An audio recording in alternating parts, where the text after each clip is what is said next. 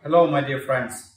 Today we make a test for this very interesting product. It's puffed rice mixed together with sugar syrup.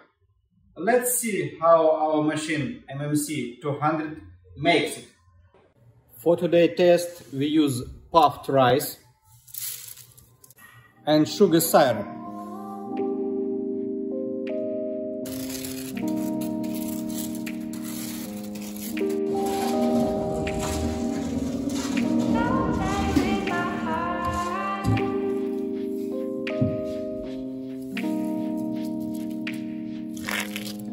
Mix is enough sticky.